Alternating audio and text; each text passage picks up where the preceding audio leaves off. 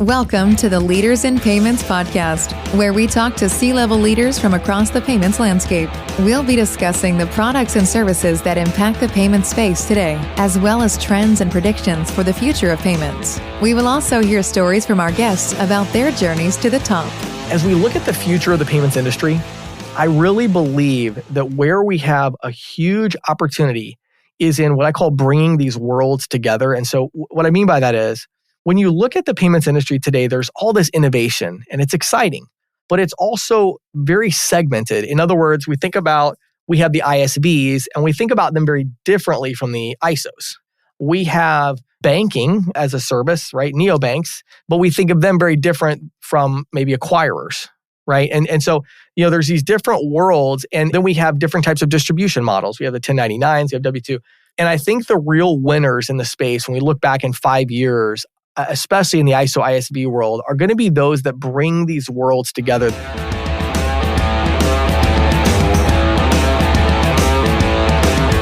That was James Shepard, the CEO of CCSalesPro, and he is my special guest on this episode 280 of the Leaders in Payments podcast, and I'm your host, Greg Myers. James has a thriving group of companies, including CCSalesPro, ISO AMP, CC Storage, and of course, many of you know him as the co-host of the Merchant Sales podcast. James discusses the top 3 trends he sees in the payments industry and how ISOs and ISVs should look at these trends.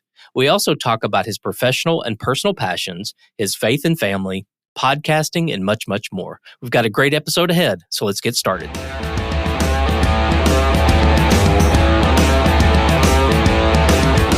Hi, James. Thank you for being here, and welcome to the Leaders in Payments podcast. Thanks, Greg. It's a pleasure. Appreciate you having me on today. Absolutely. So let's dive right in.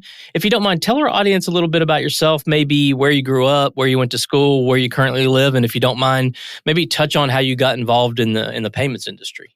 Yeah, I'd love to. So I grew up out near Chicago in the suburbs there, and I grew up in a fantastic home. Kind of the amazing parents, and have 2 sisters. And so just a fantastic childhood. Had an interest in business at a very young age. I was one of those strange kids that was always starting a little side business, right?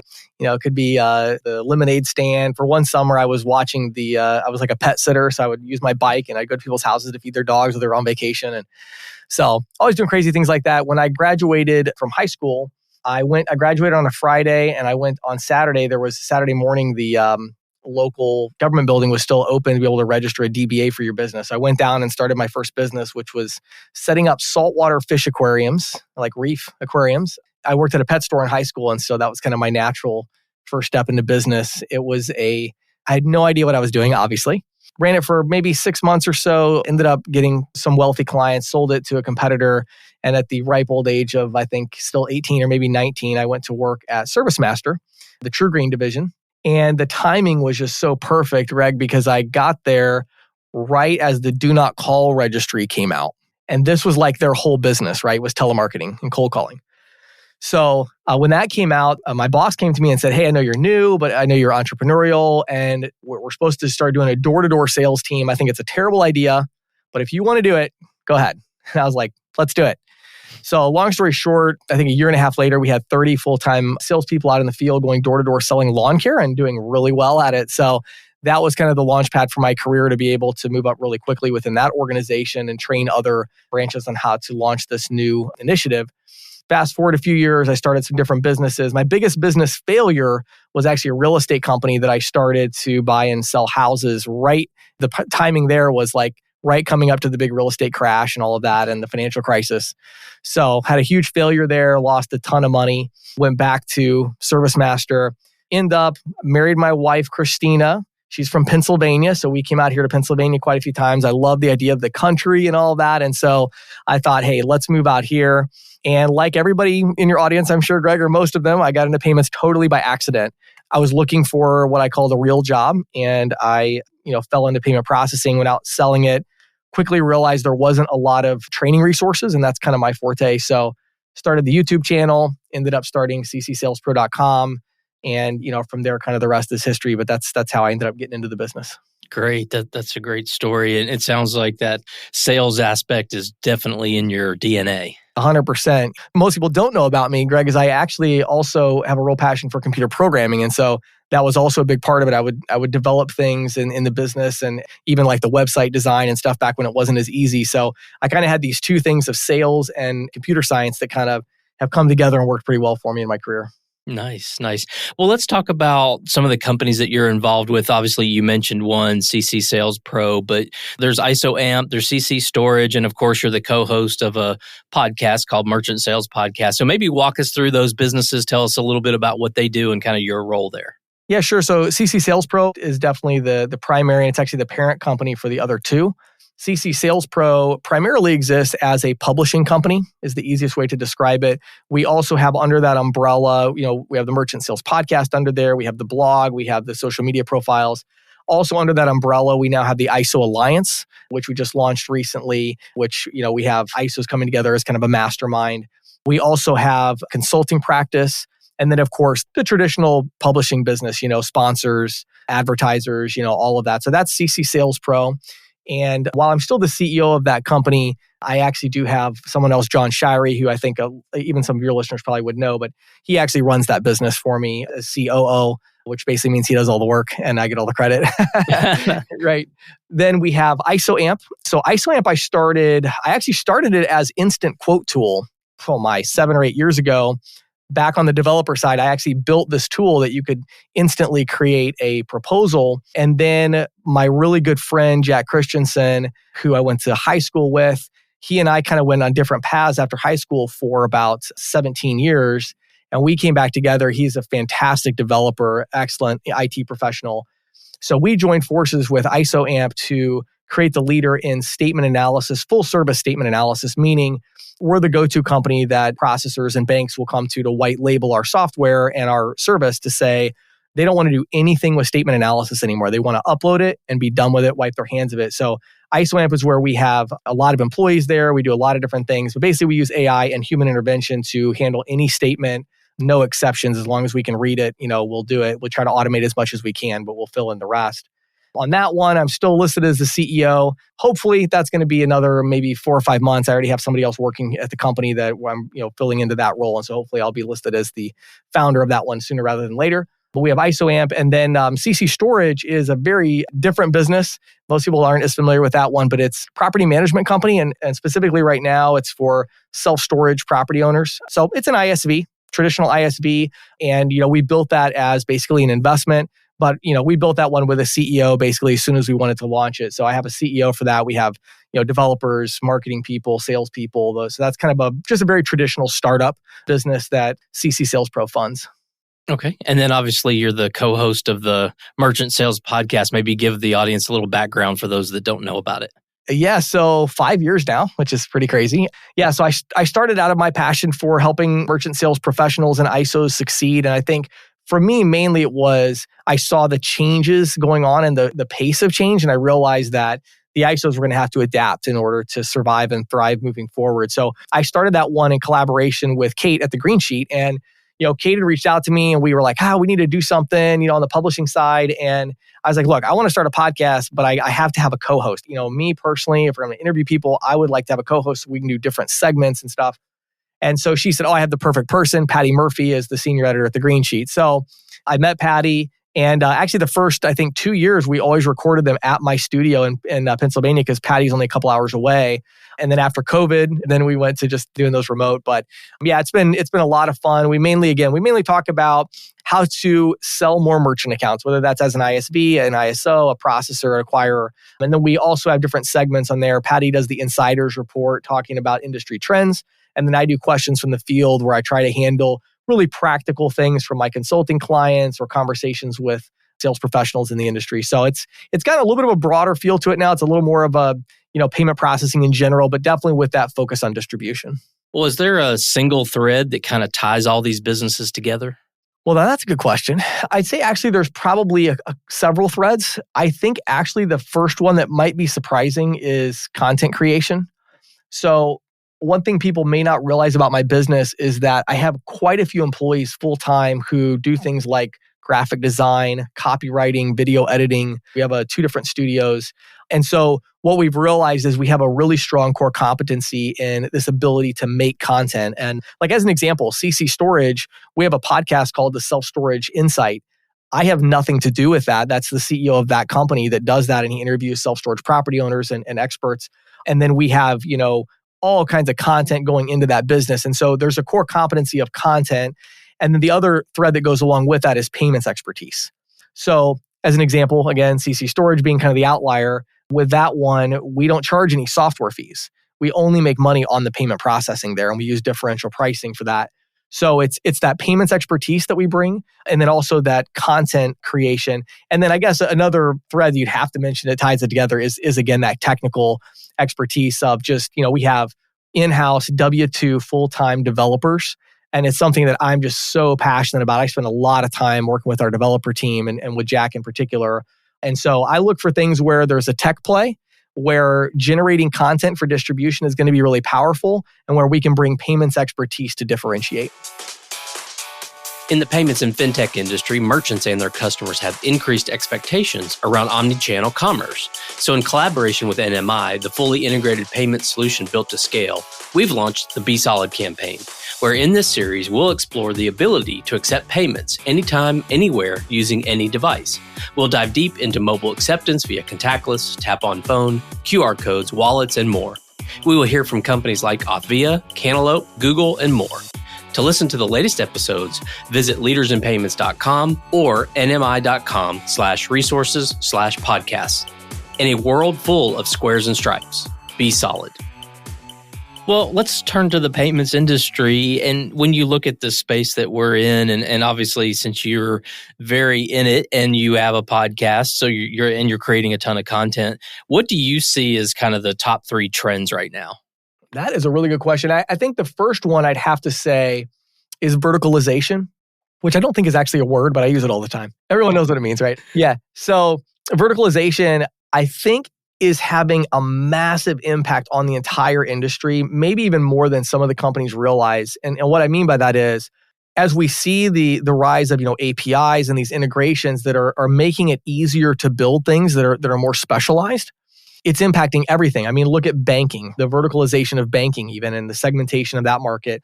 But of course, as we look at the ISV market, that's where we're really seeing it. And I think this idea that as a certain type of business, I can get a software that is specifically designed for me, that has integrations that I need, that somebody else doesn't need, that has the payment processing set up to serve my needs. Everything around that vertical, that's really powerful. And I think it's actually one of the largest strategic disadvantages right now of the larger technology players out there, the Stripes and Squares. And they're, to their credit, they're moving quickly to fill that gap. But this idea that, it's going to be very difficult in 5 years to have a solution for small business in general. You have to get down to the vertical. And so I think that's really a big trend. It impacts everything from the marketing, the sales process. You look at a really good example of CC Storage. I believe in this trend so much that that's why I started CC Storage, because I realized, okay, wait a second. We can create content specifically for self-storage property owners. We can build software specifically for them. We can have service that's specifically for them. We can do payment processing and set it up in a way that's specific to them, that has the little tweaks and things that they would need. That's really, really powerful. I'm actually not at all worried about Square competing with me in that space. I'm really not. Like that, it would just be extremely difficult for them to get that specialized. So I think verticalization is massive. Another really big trend I see right now is regulation. Doesn't get a lot of attention. I was talking to a private equity guy, Greg, I was at this Nativia conference a few weeks ago. And I was talking to this guy, and they write these big checks to buy these payments companies. And so many payments companies now are built on interchange revenue. Mm-hmm. And there's surprisingly little conversation about what might happen if that interchange revenue gets regulated. And so I think we're at a point where it's not necessarily a question of if, but when and how. Regulation will kind of continue. Look at the change recently where they're now looking at changing the interchange cap on debit. So these are things that are going to have a huge impact. Obviously, the Credit Card Competition Act, which I don't believe is going to pass in its current state. But there's just a push for that. And so obviously there's political components at play. But I think looking down the road, that's a big one. So let's see, we've got verticalization, regulation. I guess a third one I would say is alternate exchange of value. And what I mean by that is, for a long time, I feel like the ISOs and ISVs, we were primarily looking at the external threat of people coming and stealing our portfolio. So stealing the merchant relationship. And of course, we still have that threat more than ever. But in addition to that, we have to think about other ways that we have these external competitors that are siphoning off volume. So these are companies like DoorDash. If you're a restaurant point of sale company or a restaurant ISV, DoorDash and Uber Eats and Grubhub are potentially taking 20, 30% of the volume that used to flow through your payment processing rails. Look at Groupon, look at Venmo and Cash App, right, that are gaining momentum, these other P2Ps. Bitcoin and crypto that haven't gone as mainstream yet, but are making some headway, kind of up and down there. And I could name any others. FedNow has come out, so there's all these alternate forms of value exchange that I think we're going to see them have a really big impact on the industry. And, we have to look at those as strategic threats in addition to losing the entire merchant account. If we're going to lose 50% of the volume on the account, that's also a pretty big threat. Yeah, I think those are three amazing trends and definitely areas that all companies should be concerned about. But, obviously you work closely with a lot of ISOs and agents and ISVs. So how are you advising them around those kind of trends? What should they be thinking about? Well, the first thing, and it sounds so obvious, Greg, but the first thing is to think about it. Yeah. Right? So many people they just don't. And it's, I'll talk to them and say, what are you doing about verticalization? And it's, nothing. So I think the first thing would be do something about it, right? If you're an ISO and you're currently targeting everyone, okay, that's good. But maybe it's time to create a marketing campaign that pairs with a nice point of sale system for a specific vertical. Look at your portfolio. Do you have any kind of specialization, or is there any group of businesses? Maybe you do really good with auto repair, or you do really good with service contractors.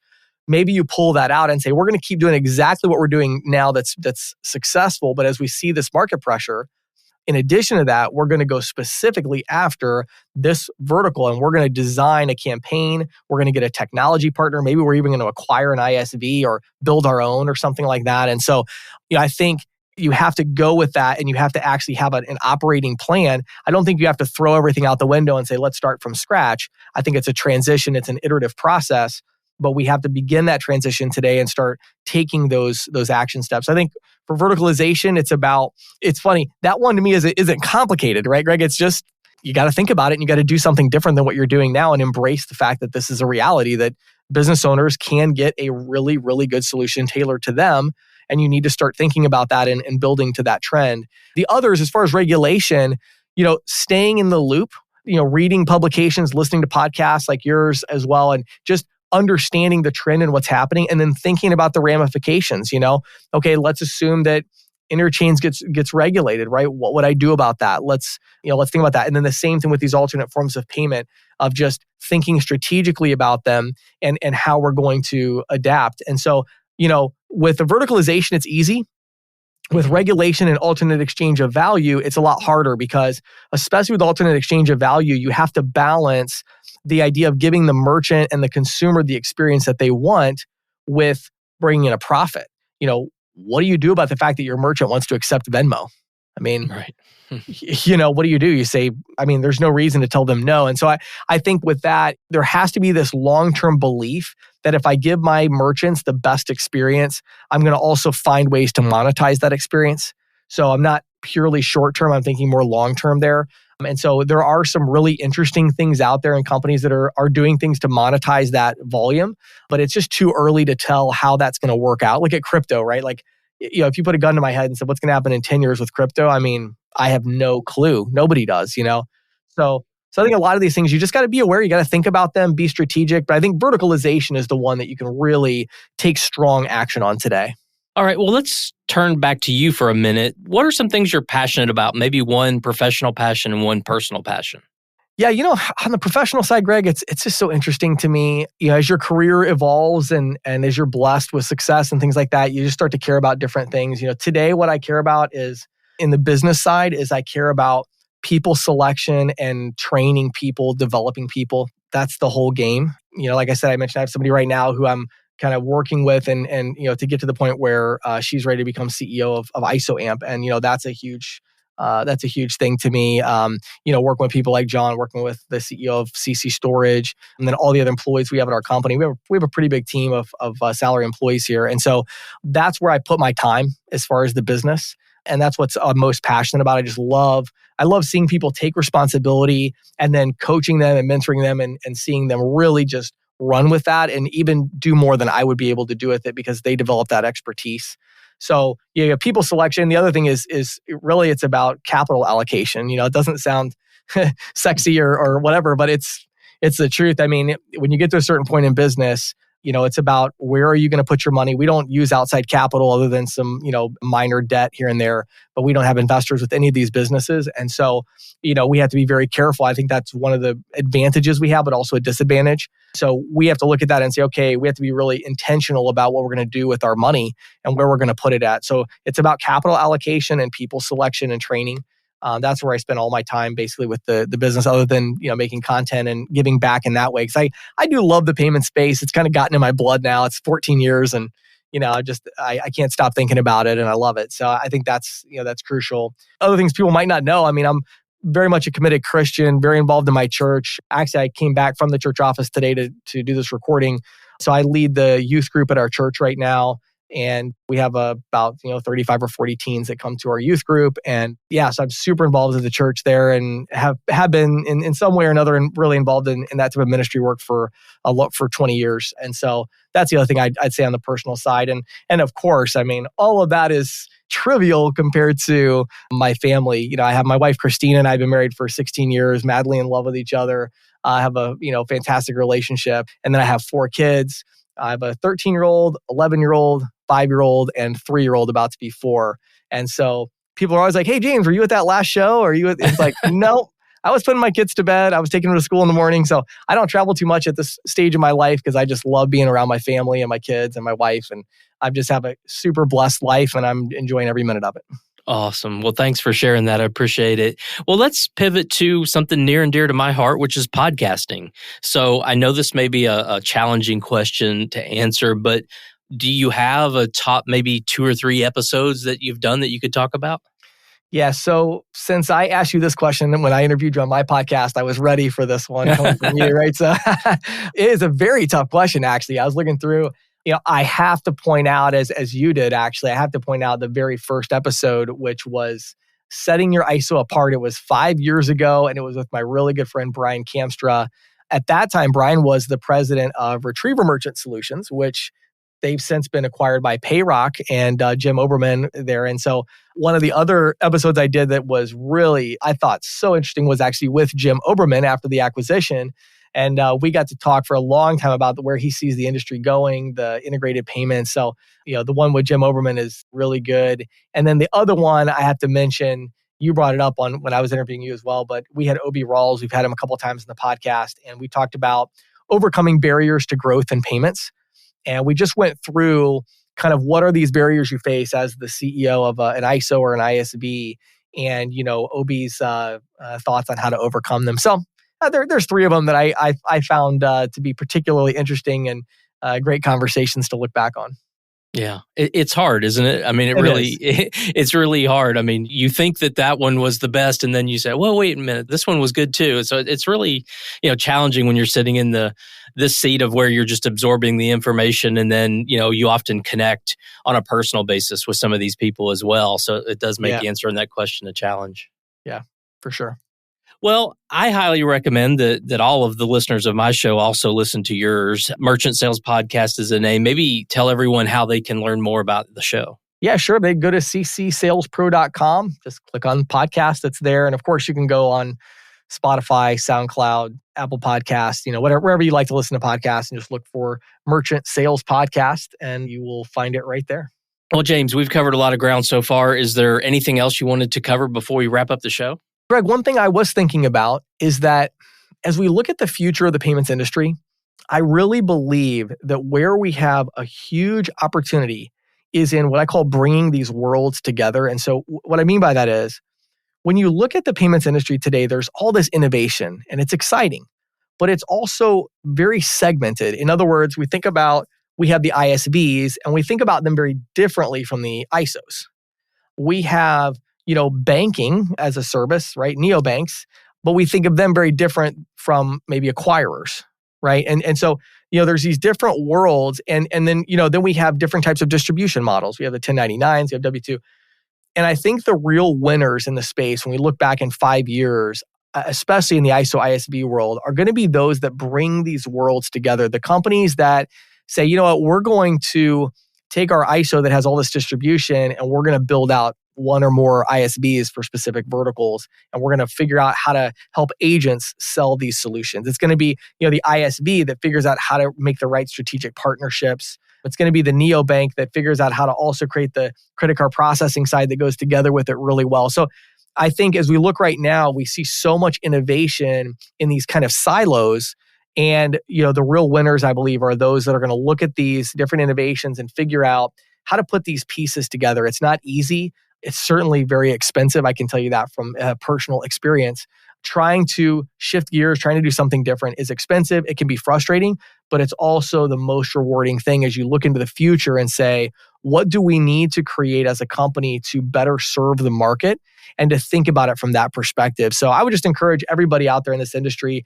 I love this industry. This is such a fantastic time to be in the payment space because there's so much change, which means there's so much opportunity.